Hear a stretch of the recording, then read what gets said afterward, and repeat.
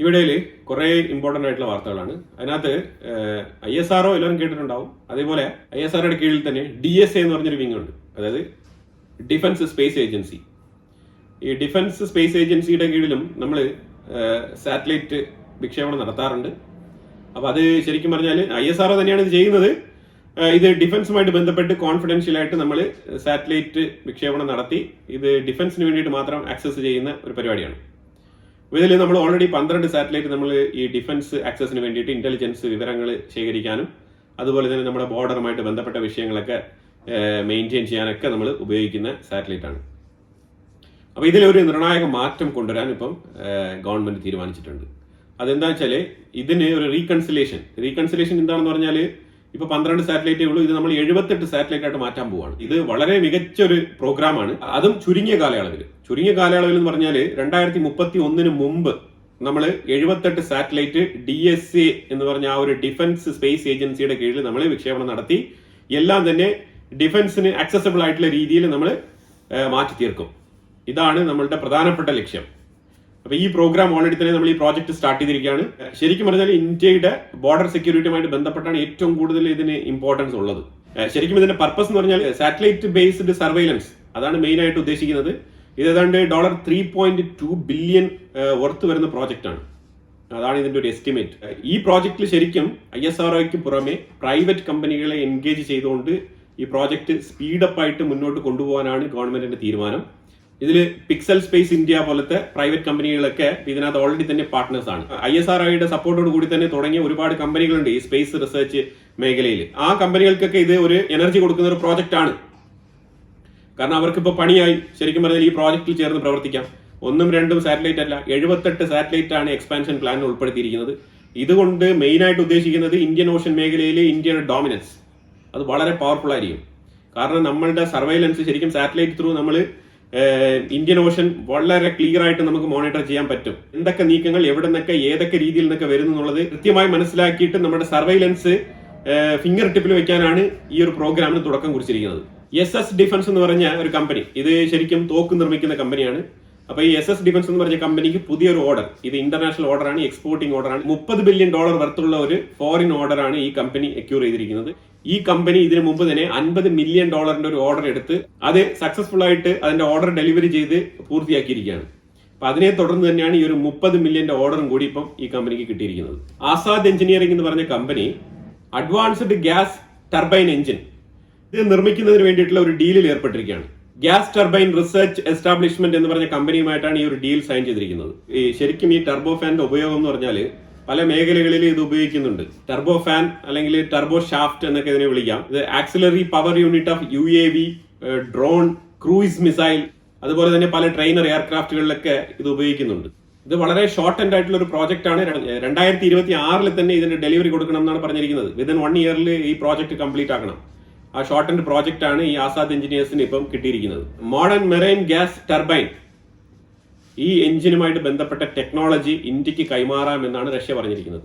എന്തുകൊണ്ടാണെന്ന് പറഞ്ഞാൽ ഇന്ത്യ മാസീവായിട്ട് വാർഷിപ്പുകൾ ഉൽപ്പാദിപ്പിക്കാനുള്ള പ്രോജക്റ്റുകളിലേക്ക് തുടക്കം കുറിക്കുകയാണ്. ചൈനയെ കോമ്പീറ്റ് ചെയ്യണമെന്നുണ്ടെങ്കിൽ 300+ വേണം നമ്പേഴ്സ് വാർഷിപ്പിൽ. തികച്ചും നമ്മൾ അതിൽ സ്വയം പര്യാപ്തത നേടണം എന്നുള്ള രീതിയിലാണ് ഒരു നല്ല എഞ്ചിൻ നമുക്ക് ആവശ്യമുണ്ട്. അപ്പോൾ ആ എഞ്ചിന്റെ ടെക്നോളജിയോടുകൂടി റഷ്യ അവരുടെ പ്ലാന്റ് ഇന്ത്യക്കുള്ളിൽ തന്നെ സ്ഥാപിക്കാമെന്നാണ് പറഞ്ഞിരിക്കുന്നത്. ആ രീതിയിലുള്ള ഓഫർ ഇന്ത്യക്ക് വന്നിട്ടുണ്ട്. തികച്ചും ഇപ്പൊ ഈ അമേരിക്കയുടെ ഒരു പ്രഷർ, അതായത് റഷ്യൻ ഓയിലുമായിട്ട് ബന്ധപ്പെട്ട പ്രഷർ നിലനിൽക്കുന്ന സാഹചര്യത്തിൽ ഇന്ത്യ തീർച്ചയായിട്ടും ഈ രീതിയിലുള്ള പ്രോജക്റ്റുകൾ എടുത്ത് മുന്നോട്ട് പോവുക തന്നെ ചെയ്യും എന്നാണ് മനസ്സിലാക്കാൻ പറ്റുന്നത്. കാരണം നമ്മളുടെ താല്പര്യമാണ്, നമ്മളുടെ രാജ്യത്തിന് എന്താണ് വേണ്ടതെന്നുള്ളത് നമ്മളുടെ സ്വന്തം താല്പര്യമാണ്. അതിനനുസരിച്ചുള്ള തീരുമാനങ്ങളായിരിക്കും ഇന്ത്യ എടുക്കുക. ഇപ്പൊ വാർഷിപ്പ് ബിൽഡ് ചെയ്യുന്നതിലൊക്കെ അമേരിക്ക ഒരുപാട് പുറകിലാണ്. അവരുടെ സൈഡിൽ ആ പ്രോജക്റ്റുകൾ തന്നെ ഇപ്പൊ നടപ്പിലാക്കുന്നില്ല. അതൊക്കെ തന്നെ പണ്ടേ ഒഴിവാക്കി അവര്. പക്ഷെ ഇപ്പൊ വീണ്ടും അത് റിവൈവ് ചെയ്ത് കൊണ്ടുവരണം എന്നൊക്കെ അവർ ആഗ്രഹിക്കുന്നുണ്ട്. പക്ഷെ അതൊക്കെ അത്ര എളുപ്പത്തിൽ നടക്കുന്ന സംഗതികളല്ല. അതാണ് പൊതുവിലുള്ള വിലയിരുത്തൽ. അപ്പൊ ശരിക്കും ഇന്ത്യ ഇപ്പൊ ഈ ഒരു വിഷയത്തിൽ ഏറ്റവും എഫക്റ്റീവ് ആയിട്ടുള്ള തീരുമാനങ്ങൾ എടുത്ത് മുന്നോട്ട് പോവാണ്. എന്റെ ഒരു അഭിപ്രായം എന്ന് പറഞ്ഞാൽ റഷ്യ എടുത്ത് ഈ ടെക്നോളജി അഡോപ്റ്റ് ചെയ്ത് എത്രയും വേഗം നമ്മളുടെ ഓൺ വാർഷിപ്പുമായിട്ട് ബന്ധപ്പെട്ടുള്ള കാര്യങ്ങളിലേക്ക് മുന്നോട്ട് നീങ്ങുക എന്നുള്ളത് തന്നെയാണ്. ഇൻഡിജീനിയസ് ആയിട്ടുള്ള വാർഷിപ്പുകൾ നിർമ്മിക്കാന്ന് മാത്രമല്ല, നമ്മൾ നിർമ്മിക്കുകയും ചെയ്യാം, നമുക്ക് നിർമ്മിച്ചിട്ട് മറ്റുള്ളവർക്ക് വിൽക്കുകയും ചെയ്യാം. അതായത് ഇത് ഒരു ബിസിനസ് ആയിട്ട് തന്നെ നമുക്ക് വളരെ വ്യക്തമായിട്ട് മുന്നോട്ട് കൊണ്ടുപോകാൻ പറ്റുന്ന ഒരു മേഖലയാണ്. ഇന്ത്യ ഒരു 500 ഹൈപ്പർസോണിക് മിസൈൽ പർച്ചേസ് ചെയ്യാനുള്ള ഒരു താല്പര്യം പ്രകടിപ്പിച്ചിട്ടുണ്ട്. ഇത് ഏത് രാജ്യത്ത് നിന്ന് ഇത് പർച്ചേസ് ചെയ്യും എന്നുള്ളത് പറഞ്ഞിട്ടില്ല. ശരിക്കും ടെൻഡറാണ് ഓഫർ ചെയ്യുന്നത്. 2030 മുമ്പായിട്ട് 500 ഹൈപ്പർസോണിക് മിസൈൽ പർച്ചേസ് ചെയ്യുമെന്നാണ് പറഞ്ഞിരിക്കുന്നത്. ഇത് എവിടെ നിന്നാണ് ഇത് പർച്ചേസ് ചെയ്യാൻ പോകുന്നതിനെ കുറിച്ച് ഒരു ഐഡിയ ഇല്ല. ഇതൊക്കെ ശരിക്കും പറഞ്ഞാൽ പ്രൊപ്പോസൽസ് ആണ്. അപ്പൊ അങ്ങനെ ഒരു പ്രൊപ്പോസലാണ് ഇപ്പൊ ഇന്ത്യ പുറത്തിറക്കിയിരിക്കുന്നത്. ഇപ്പൊ അമേരിക്ക ഉൾപ്പെടെയുള്ള പല രാജ്യങ്ങളും ഇതിൽ കൊത്താനുള്ള സാധ്യതയുണ്ട്. പാകിസ്ഥാനിൽ നിന്നും ഇന്ത്യക്കുള്ളിലേക്ക് കടന്നു കയറാൻ ശ്രമിച്ച തീവ്രവാദികളെ അറസ്റ്റ് ചെയ്തിട്ടുണ്ട്. ഇത് തീവ്രവാദികളാണോ അഥവാ ലേമാൻസ് ആണോ എന്നുള്ളത് ഇതുവരെ വെളിപ്പെടുത്തിയിട്ടില്ല. പക്ഷേ പാകിസ്ഥാനിൽ നിന്നും ഇന്ത്യക്കുള്ളിലേക്ക് കടന്നു കയറാൻ ശ്രമിച്ച സാഹചര്യത്തിലാണ് അറസ്റ്റ് ചെയ്യപ്പെട്ടത്. ട്രംപ് വീണ്ടും പുടിനെ അമേരിക്കയിലേക്ക് ക്ഷണിക്കുകയാണ്. യൂറോപ്യൻ യൂണിയനുമായിട്ട് ചേർന്നിരുന്ന ഒരു ചർച്ച നടത്താമെന്നാണ് ഇപ്പം പുതിയ തീരുമാനം. ഇതിന് പുടിന്റെ സൈഡിൽ നിന്ന് ഇതുവരെ ഒരു ഗ്രീൻ ലൈറ്റും കിട്ടിയിട്ടില്ല. നേപ്പാളിന്റെ ഉള്ളിൽ 14 മരണം. ഇത് എന്തുകൊണ്ടാണെന്ന് പറഞ്ഞാൽ നേപ്പാളിന്റെ ഉള്ളിൽ സോഷ്യൽ മീഡിയ ബാൻ ചെയ്തു. അതായത് ട്വിറ്റർ, ഫേസ്ബുക്ക്, വാട്സപ്പ് ഇതുപോലത്തെ നിർണായകമായിട്ടുള്ള കംപ്ലീറ്റ് ആപ്പുകളും നേപ്പാൾ അങ്ങ് ബാൻ ചെയ്ത് കളഞ്ഞു. ഇത് ജെൻസി കിട്ടുകളുടെ ഇടയിൽ ഭയങ്കരമായിട്ടുള്ള പ്രശ്നം. അതായത് 2000 അതിനുശേഷം ജനിച്ച കുട്ടികളെയാണ് ഈ ജെൻസി കിട്ടുകൾ എന്ന് പറയുന്നത്. അപ്പൊ ഈ ജെൻസി എന്ന് പറഞ്ഞ ഈ ജനറേഷനിൽപ്പെട്ട ഈ ആൾക്കാർ മൊത്തത്തിൽ അവിടെ പ്രതിഷേധം. ഈ പ്രതിഷേധത്തിന്റെ ഇടയിൽ പോലീസ് കണ്ണീർവാതകമായിക്കോട്ടെ അതേപോലെ തന്നെ പല രീതിയിലുള്ള ഉപദ്രവങ്ങളാണ് ഡയറക്റ്റ് ഫേസിലേക്ക്. അതുപോലെ പോലീസ് ഫയർ ചെയ്തതെല്ലാം മുട്ടിന് മുകളിലാണ് എന്നുള്ള ദൃക്സാക്ഷികൾ വരെ ഉണ്ട്. ആ രീതിയിലുള്ള പോലീസ് അനാസ്ഥയാണ് ഈ കൊലപാതകങ്ങൾക്ക് കാരണം എന്നാണ് പൊതുവില് അവിടുത്തെ ജനങ്ങൾ പറഞ്ഞു വെക്കുന്നത്. നേപ്പാൾ ഗവൺമെന്റ് പറയുന്നത് ഈ വക ആപ്ലിക്കേഷൻസ് ഒന്നും നേപ്പാളുമായിട്ട് ലീഗലി രജിസ്റ്റർ ചെയ്തിട്ടില്ല. അതായത് ഇവരൊക്കെ അൺരജിസ്റ്റേർഡ് ആപ്ലിക്കേഷൻസ് ആണ്. ഈ അൺരജിസ്റ്റേർഡ് ആപ്ലിക്കേഷൻസിനെ എല്ലാം നമ്മൾ ഒഴിവാക്കുകയാണ് എന്നുള്ള ഒരു ടാക്ടിക്സ് ആണ് നേപ്പാൾ ഗവൺമെന്റ് എടുത്തിരിക്കുന്നത്. ശരിക്കും നേപ്പാൾ ഒരു പ്രത്യേക രാജ്യമാണ്. ശരിക്കും അവിടെ എല്ലാ സോഫ്റ്റ്വെയറുകൾക്കും ഈ രജിസ്ട്രേഷൻ കാര്യങ്ങളൊക്കെ വേണം. അങ്ങനെ വേണമെന്നുണ്ടെങ്കിൽ ആ രാജ്യമാണ് ഇങ്ങനെ ഒരു പോളിസി ഉണ്ടെന്നുള്ള കാര്യം കൃത്യമായിട്ട് അത് എടുത്തു പറയേണ്ടത്. അതല്ലാതെ ഒരുപാട് ജനങ്ങൾ നിത്യജീവിതത്തിൽ ഉപയോഗിച്ചുകൊണ്ടിരിക്കുന്ന ബിസിനസ് വാട്സപ്പ് പോലത്തെ ഉള്ള സംഗതികളൊക്കെ ഉണ്ട്. പല ആൾക്കാർക്കും ബിസിനസ് ഉണ്ട്. ഇൻസ്റ്റാഗ്രാമിൽ ബിസിനസ് ഉണ്ട്, വാട്സപ്പിൽ ബിസിനസ് ഉണ്ട്, ഫേസ്ബുക്കിൽ ബിസിനസ് ഉണ്ട്. അപ്പൊ ഇവർക്കെല്ലാം തന്നെ ഇത് ബുദ്ധിമുട്ടാണ്.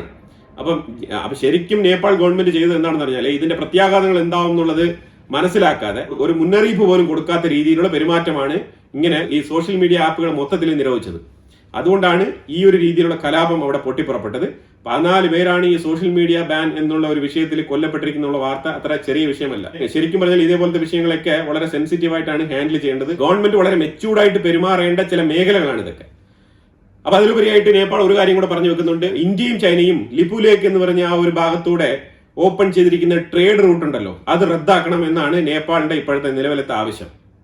അതെന്തായാലും നടക്കുമെന്ന് തോന്നുന്നില്ല. കാരണം ചൈന ഇപ്പം ഇന്ത്യയുമായിട്ടുള്ള ട്രേഡാണ് ഏറ്റവും കൂടുതൽ ഇമ്പോർട്ടൻസ് കൊടുക്കുന്നത്. ചൈനയ്ക്ക് വളരെ വളരെ ഇമ്പോർട്ടന്റ് ആണ് ഇന്ത്യയുമായിട്ടുള്ള ട്രേഡ്. കാരണം ചൈന ഒരു 4-5 മാസം കൊണ്ട് അമേരിക്കയുമായിട്ടുള്ള ഈ ഒരു താരിഫ് വാറിൽ ശരിക്കും പറഞ്ഞാൽ എക്സ്പോർട്ടൊക്കെ മുടങ്ങി കിടക്കുന്ന സാഹചര്യമാണ്. അവിടെ ഒരുപാട് ആൾക്കാർക്ക് തൊഴിലില്ല. അപ്പം എയ്തർ ഇന്ത്യ ത്രൂ മറ്റുള്ള രാജ്യങ്ങൾക്ക് എക്സ്പോർട്ട്, അങ്ങനത്തെ രീതിയിലുള്ള പല പ്ലാനുകളൊക്കെ ഉണ്ട്.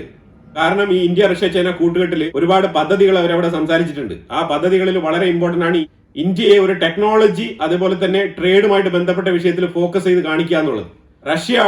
റഷ്യ എനർജിയുടെ റിസോഴ്സ് ആയിട്ട് മാറുക എന്നുള്ളത്. അപ്പൊ ഈ 2 വിഷയങ്ങൾക്കും ചൈന പൂർണ്ണമായ പിന്തുണ നൽകും എന്നാണ് പറഞ്ഞിരിക്കുന്നത്. അപ്പൊ ഈ സാഹചര്യത്തിലാണ് ഈ 3 രാജ്യങ്ങളും അണ്ടർസ്റ്റാൻഡിംഗിൽ മുന്നോട്ട് പോകുന്നത്. ശരിക്കും സീപക് കോറിഡോറിലെ ക്രൗൺ ഓഫ് ജ്വൽ ആയിട്ടുള്ള ഗ്വാദാർ പോർട്ടിന്റെ അടച്ചുപൂട്ടലോടുകൂടി ഇന്ത്യ ശരിക്കും ഇറാനുമായിട്ട് ചർച്ച നടത്തി ചാബഹാർ പോർട്ടിൽ എഫക്റ്റീവ് ആയിട്ടുള്ള കാര്യങ്ങൾ മുന്നോട്ട് നീക്കുകയാണ്. അപ്പൊ ശരിക്കും അമേരിക്കയുമായിട്ട് നമ്മൾ ചെറുതായിട്ടൊന്ന് ഡിസ്റ്റൻസിൽ നിന്ന് കഴിഞ്ഞാൽ നമുക്ക് ഈ രീതിയിലുള്ള കാര്യങ്ങളൊക്കെ ഒരു രീതിയിലുള്ള ഇന്ററപ്ഷൻസും ഇല്ലാതെ തന്നെ ചെയ്തു പോകാൻ പറ്റും. അല്ലെങ്കിൽ ഇപ്പൊ അമേരിക്കയുമായിട്ട് നമ്മൾ വളരെ ക്ലോസ് ആയിട്ട് ഇരുന്ന് കഴിഞ്ഞാൽ നമ്മൾ ചാബഹാറിൽ പോകുമ്പോഴത്തേക്കും നമ്മളെ തോണ്ടാൻ നിൽക്കും അമേരിക്ക. നമ്മൾ റഷ്യ എടുത്ത് എന്തെങ്കിലും ഡീൽ ചെയ്യുമ്പോഴത്തേക്കും നമ്മളെ തോണ്ടാൻ നിൽക്കും അമേരിക്ക. നമ്മൾ ചൈനയുമായിട്ട് എന്തെങ്കിലും ഒരു ടോക്ക് നടത്തി കഴിഞ്ഞാൽ നമ്മളെ ചൊറിയാൻ നിൽക്കും അമേരിക്ക. അപ്പൊ അതുകൊണ്ട് അമേരിക്കയുമായിട്ട് ഒരു സേഫ് ഡിസ്റ്റൻസ് എപ്പോഴും കീപ്പ് ചെയ്യുന്നതാണ് നല്ലത് എന്നാണ് പല എക്സ്പീരിയൻസ്ഡ് ഡിപ്ലോമാറ്റ്സും പറഞ്ഞു വെക്കുന്നതാണ്. ഇന്ത്യ മലാക്ക സ്ട്രേറ്റിന്റെ അവിടെ ഒരു നേവൽ ഡ്രില്ല് നടത്തുന്നുണ്ട്. അപ്പൊ അത് ശരിക്കും ചൈനയ്ക്ക് ചെറിയ ബുദ്ധിമുട്ടുണ്ടാക്കുന്നു ചോദിച്ചു കഴിഞ്ഞാൽ ഒരു പക്ഷേ ഉണ്ടാക്കാതിരിക്കാം. എന്നാലും ചൈനയും ഇന്ത്യയും തമ്മിൽ നിലവിലുള്ള ഒരു ബന്ധം വെച്ചിട്ട് ശരിക്കും ചൈന അതിനെ വലിയ രീതിയിൽ എംഫസൈസ് ചെയ്ത് കാണിക്കുന്നില്ല. ഇന്ത്യ ഇത് മുൻകൂട്ടി തന്നെ ചാർട്ട് ചെയ്ത നേവൽ ഡ്രില്ലാണ്. അപ്പൊ അതുകൊണ്ട് അതിനകത്ത് വലിയ മാറ്റങ്ങളൊന്നും വരുത്തുന്നില്ല. ഇന്ത്യയുടെ താല്പര്യങ്ങൾ എന്താണ് അത് ഇന്ത്യ ആൾവേസ് ഇന്ത്യയുടെ ആഗ്രഹത്തിന് ഒത്തു തന്നെയാണ് ചെയ്യുന്നത്. അത് മറ്റുള്ളവർക്ക് ഇഷ്ടപ്പെട്ടാലും പെട്ടില്ലെങ്കിലും നമ്മൾ എന്താണ് ചെയ്യേണ്ടത് അത് കൃത്യമായിട്ട് ചെയ്ത് തന്നെയാണ് മുന്നോട്ട് പോകുന്നത്. അത് മറ്റവന് ഇഷ്ടപ്പെട്ടാലും ഇഷ്ടപ്പെട്ടില്ലെങ്കിലും നമുക്ക് അതിലൊരു വിട്ടുവീഴ്ചയും വരുത്താനില്ല എന്നുള്ളതാണ്. ഇനിയിപ്പോ ഇതിന്റെ മറുപടി എന്തെങ്കിലും ചൈന പറയുന്നെങ്കിൽ പറയുമായിരിക്കും. ഗ്ലോബൽ ടൈംസിൽ നോക്കി കഴിഞ്ഞാൽ നമുക്ക് മനസ്സിലാക്കാൻ പറ്റും. അപ്പൊ നിലവിലെ ഈ രീതിയിലാണ് ഇന്ത്യയുമായിട്ട് ചുറ്റിപ്പറ്റിയുള്ള ജിയോ പൊളിറ്റിക്സ് മുന്നോട്ട് പോകുന്നത്.